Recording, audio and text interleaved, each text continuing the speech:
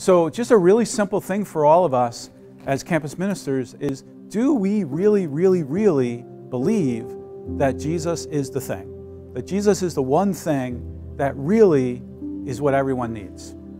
Because if we're kind of uncertain about that a little bit, then that's what will go out to the people that we serve.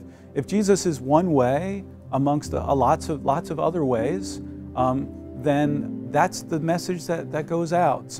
So we want to be bold first for ourselves, that yes, Lord, you're first in my life, and you're most important, and what you think is most important, and what you teach is what I want to teach, and to be bold in that belief, to have great faith. And I want to just give I'm going to try to give examples of these things in my life. Not that by any means I'm naturally a bold person, but you know, when you read the Acts of the Apostles, wow, you see these guys, like I said, they went from being super fearful and unsure and hiding to, wow, just really bold, but believing, right? That you cannot read Acts of the Apostles without seeing a bunch of people that now were utterly convinced that Jesus was the Savior. I mean, they also would be martyred for this. And so either they're nuts or they really, really, really believe He rose from the dead, and we need to tell people this.